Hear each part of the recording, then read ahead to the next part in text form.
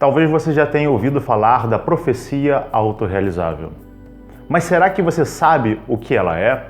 Na década de 1940, um pesquisador estudando sobre a crise de 29, ele percebeu que houve um comportamento da coletividade que auxiliou no agravamento da crise. Esse comportamento foi a corrida aos bancos. Foi difundido dentro da população de que os bancos estavam falindo. Então isso fez com que as pessoas corressem em direção aos bancos para retirar o seu dinheiro que ali estavam, fazendo com que vários bancos viessem a falir. É importante a gente perceber dentro dessa pesquisa que não havia indícios de fato de que os bancos iriam falir. Não havia nada substancial dizendo que os bancos iriam falir. Mas, no final das contas, eles acabaram falindo, baseado no comportamento dos agentes, da população, que acreditava que eles iriam falir.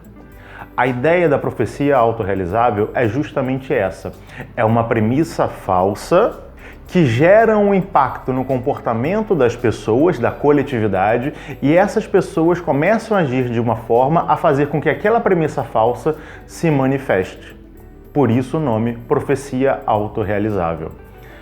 Por mais que seja alguma coisa que foi estudado lá na década de 40 do século passado, se referindo a um período histórico muito específico, esse comportamento de grupo, lembrando que a profecia autorrealizável é sempre algo do grupo, da sociedade, não é algo individual, se repete de tempos em tempos. Em função da pandemia do coronavírus que aconteceu em 2020, houve o relato de que iria faltar papel higiênico. Isso fez com que a população fosse aos mercados e começassem a comprar e estocar papel higiênico, fazendo com que, de fato, faltasse papel higiênico no mercado.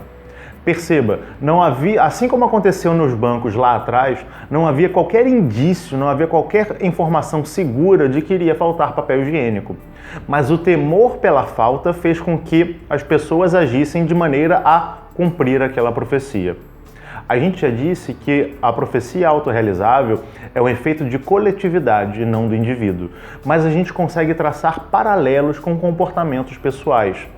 Não significa que nós, como indivíduos isolados, estamos realizando a profecia autorrealizável, mas a gente consegue perceber coisas assim na nossa conduta. Existem pessoas que falam, isso aí não vai dar certo, baseado em nada, vozes da minha cabeça. E partindo dessa premissa de que uma determinada coisa, de um determinado projeto não vai dar certo, a pessoa não se coloca de verdade dentro desse projeto.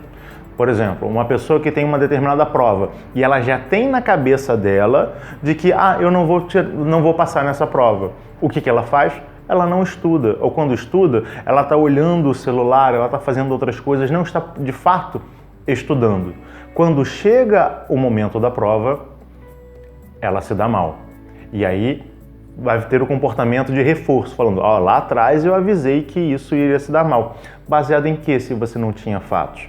É diferente quando a gente, diante de informações seguras e concretas, a gente percebe aquilo que vai acontecer. Por exemplo, você vai fazer uma prova que você ficou sabendo na véspera. Você não estudou. É normal você falar, por mais que eu estude, eu vou me dar mal nessa prova. E quando você se dá mal nessa prova, isso não é uma profecia autorrealizável, né? Uma analogia a essa profecia autorrealizável.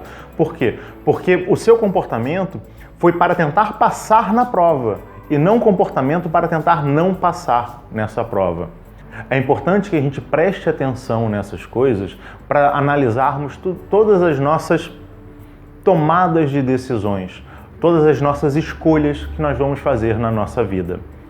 Quando um projeto acontecer, quando algo de fato for acontecer, é importante que a gente analise as situações que permeiam esse projeto de verdade. Porque muitas das vezes, dentro de um comportamento desse, de pré-julgamento, nós começamos a adotar comportamentos que, no final das contas, por mais que eles venham a ratificar esse pré-julgamento que nós tivemos antes, o resultado final não é o resultado que nós esperamos.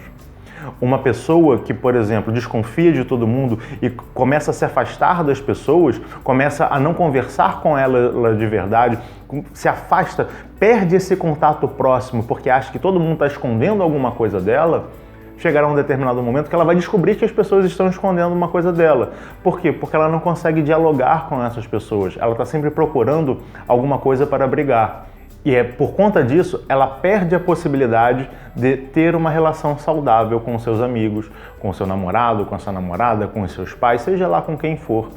É importante a gente perceber o que é um pré-julgamento nosso, baseado talvez em experiências pretéritas, mas que não necessariamente envolvam aquela pessoa, mas que envolvam a gente, ou talvez um mecanismo para a gente evitar frustrações. A gente já joga a barra lá embaixo, a barra de julgamento lá embaixo, para achar que tudo é ruim, e quando a coisa ruim acontece, você fala, eu já esperava. Ou seja, não me frustres porque eu esperava algo maravilhoso.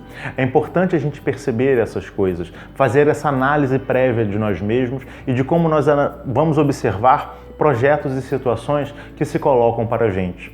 Quando nós falamos de projetos, não é só projeto do ponto de vista de trabalho, de colégio, de faculdade, mas projetos de vida, relação com amigos, com pessoas, com parentes. Entender que todo momento é um projeto novo, é uma possibilidade de algo novo se construir. Então é importante que a gente analise as informações que de fato nós temos e não que nós achamos que temos para poder construir algo que não seja um fracasso. Se você gostou do vídeo, aproveita para se inscrever no canal, dar o seu like, deixar o seu comentário aqui, compartilhar com seus amigos e até a próxima. Tchau, tchau!